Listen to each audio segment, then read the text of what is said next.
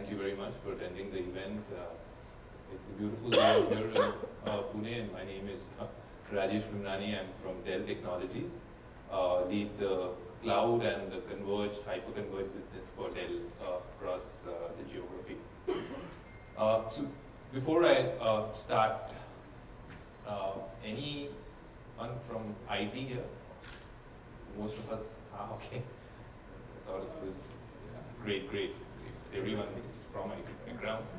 So when we talk of IT, there is a very common misnomer, and this is something, have you seen these guys? They're called IT administrators. And I was talking to a very prominent FSI customer in Australia, and he said, we want our IT guys to be like them. So I was wondering, why would he want them to be like such superhumans? And what was told to me has kind of surprised me. He said that their relevance is not going to be so much in their present avatar. And I was wondering why so. And we started the discussion, and it came to a point wherein they said IT is anyway too complex to manage, and we are trying to simplify. I was wondering how they are trying to simplify it. They were saying that, he mentioned to me that today IT is very much dependent on a lot of technical guys. But they are trying to create a system, a process, wherein IT is self-serviced. I don't know how far they've gone ahead with it, but what they mentioned exactly was that their system, a central system, will take requests from users. They may be internal users, and it will point them to relevant infrastructure or solutions within the organization which can provide this as a service. And we heard the term right now called insurance as a service. That is exactly what they are trying to do. Everything will be a service, and there will be a central engine which will point the user request to those services. And at the end of the duration, a utilization report will come out as well as a bill. And someone needs to go and get the money from the users, right? So those are going to be the IT administrators who will do that, because they won't have much work, rather than just going there and getting the money for the usage. But easier said than done. We were trying to check, is this going to be ever a reality? And when we did a research at Dell across the user segments that we cater to, we found that not everyone has reached that utopian stage of self-servicing. A lot of customers are in that journey. And it is important for all of us, and it is something that we are looking forward to do, but we are in that stage. And while we are there, of course Dell is helping them, but it is not an IT vendor, essentially speaking, which can help you guys. It is not the CEO or the CIOs of the organization.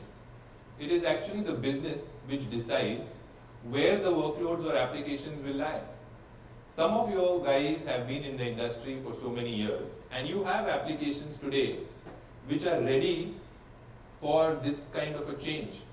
And you can put them in a cloud infrastructure like an Amazon or an Azure. You don't have to do much, because those applications were born over there. So they are comfortable being there. Many applications that you have are ready to be put in your own cloud infrastructure, which you have created internally in your own IT infrastructure. But a lot of applications are there which need refactoring. You might want to do some changes so that they can fit in this world or the public cloud world. But there are a lot of applications which are so, I won't put it as useless, but they are such that you can't do much with them. You have to change them so that they can be in some form of the cloud. And many organizations surprisingly are doing that, because they want to reach that stage where the dependence on IT administrators come down, and more automation, as the previous speaker spoke, more agility comes into the picture. And while we were talking of this, many organizations have presence in public cloud, like Amazon, Azure, so on and so forth. Many organizations have their own private cloud. But we have seen large organizations, and in fact 93% of them have presence in multiple of these public clouds, multiple of these private clouds. And the complexity is going on increasing by the day. So what is Dell doing in this space? So you've heard of Dell present in clients, laptops, desktops. You've heard of Dell in servers. After Dell merged with EMC, we have presence in big time presence across virtualization through VMware and through on the storage bit as well. But today, Dell is transforming into a cloud company. And how are we doing that? Are we competing against an Amazon or an Azure? The answer is no. What we are trying to do is, with the power that exists between Dell and VMware, we have come together and we are offering something as called Dell Technologies Cloud. Now, what is this Dell Technologies Cloud offering, and why Dell is making so much noise about it? So essentially, it consists of 3 layers. One is the base layer, wherein you go and identify the infrastructure bit on which the applications can reside. And more customers are looking at buying ready infrastructure rather than building it on their own. So there is concept of converged, hyper-converged, which has come into play. But at the same time, a lot of our customers are putting their workloads on public cloud, like an Amazon or an Azure. Now today, the way the applications are put in public cloud is not the same way they are put in private cloud. You might have to make changes if you want to bring those applications from public cloud to your environment, whenever you want to do that. And that is when the next layer comes into the picture. And we have a layer, and this comes predominantly from VMware, which allows you to have instances of your virtual environment, or rather VMware instances also on the public cloud. Having said that, it allows you automation, as in when I mentioned identifying the user base and then directing their workloads accordingly, and also the chargeback as well as utilization reports.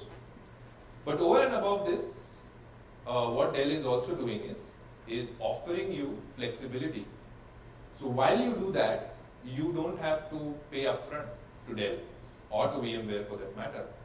You have flexibility of deploying this using our services and utilizing it as pay per use or pay as you grow, or something as simple as just a lease agreement over the next few years. Because what has been pinching a lot of customers that we've met is saying, how can we just deploy the infrastructure without knowing how the consumption is going to be. So this is how Dell has entering the space of cloud technology, and we've launched this product early last year, and it is getting more and more acceptance across the industry. But having said that, globally, a lot of our customers are looking at having a multi-cloud infrastructure. I'm sure your organizations are also moving in that direction, wherein you have your own cloud while you're utilizing a public cloud environment. And it is something which all of us should pay attention to. And we at Dell will help you do that. From the infrastructure perspective, you have products from Dell. Quite a few of you have been using them. They are the hyper-converged and the converged products. And they are called, along with VMware, we have co-developed these products. They are called VxRail or vBlock. And on the VMware side, of course, you have the software bit. But just to give you a context of why we are talking about so many things. So just, this guy, his name is Alan Turing. I don't know whether you've heard of him. But he was the one who created the first ever computer. It wasn't called a computer then, it was called something as Turing machine. If you've seen the movie called The Imitation Game, that is when, to decode the German messages, they had built a machine. And it took quite some time, but it saved a lot of lives. But this power of this machine, in fact, 3 times more power lies in our pockets today. But having said that, this is something which we commonly see, which looks like a Turing machine. Anyone can make out what this is? Oh yeah, data center, and it's a scary one. I don't know. that machine was to save lives. I don't know if people get in, if they come out alive from this data center. And when I show this picture, customers are, how did you get a chance to get into our data center. So I tell them, don't worry, it's not some data center. It's a messed up one, but it is useful. There are some soft applications running in it. There is a lot of networking you can see. There are some servers. There is, I don't know if software is actually run though. But this is the data center true state today. Probably we are trying to change this. And data center in most of the organizations we are working with looks more like this. Basically, this is actually a data center. It has the hardware, it has storage, it has software, all that running. Now that is because Moore's law. So much more power can be embedded into these small machines. Having said that, this is what will run the clouds of tomorrow. And it is kind of started running in some form or the other. Today, what you do, when you identify the application, you buy network, you identify people to run that network, you buy storage, you buy server, you buy software like virtualization software. And before you start deploying the application, you have to do some testing because you might have bought some from different vendors, and God forsake, if some patch comes, then again the testing happens. So by the time the software runs on this hardware infrastructure, and that is the reason for all that mess you saw. And by the time you have lost a lot of business opportunity. Having said that, in 2009, a lot of organizations raised hue and cry, and the concept of converged infrastructure came into existence. So think of it like this: earlier days, we used to make our own PCs. I tried my hand at one, buying a monitor from somewhere, NIC card from somewhere, keyboard from somewhere. I tried to make it work. It worked beautifully for 6 months. I don't know what happened after that. I'm still trying to figure out. Then the era of laptops, desktops came into the picture. Same way, converged infrastructure came. It removed the complexities with common management. It was faster, simpler, and it was more robust. At the end of it, a lot of organizations started realizing the benefit of converged infrastructure. Rather than buying these a la carte components, having people to manage it, they started looking at getting a full-fledged solution. And that is when VMware, Cisco, EMC came into picture. They came up with a product called vBlock. Some of your organizations use that. And today, a lot of organizations, instead of doing R&D in their own infrastructure, look at getting these solutions ready-made. So vBlock is now a part of Dell solutions. So whenever you are looking at adding high-end infrastructure, you can contact Dell, and we can provide the entire data center on the floor. An era of software-defined came into existence, wherein every of these hardware components was available in software format. Like today you have Airbnb instead of physical hotels, Uber in place of physical car. In the same way, instead of physical network, there came a virtual network. In case of physical storage, there came virtual storage. All you needed is just a bunch of servers or bunch of compute elements in your environment, and you could create this kind of infrastructure. And that software-defined solution started being called as hyper-converged. So there was convergence, there was hyper-convergence, and at the end of the day, you have an option to build everything. If you have the time and energy, buy independent components. They will provide you the network, the servers, the storage, softwares. Or if you want to save time, bring in agility, just go and buy a ready-made solution. So converged infrastructure is nothing that we provide as a complete rack. It comes directly from the factory, just plug and play, and it's up and running. In case of hyper-converged systems, you will have servers, but Converge has gained momentum. We have a lot of deployments over there, and one of the very big deployment is running in India itself. In hyper-converged, you have these nodes. They are not called servers. In that world, they are called nodes. You have to stack few of them, and your infrastructure is up and running. So how you decide where to put this converged infrastructure, hyper-converged infrastructure? So it's a common rule of thumb that customers use today. For their core applications, the one which runs their business, go with branded stuff like the converged infrastructure.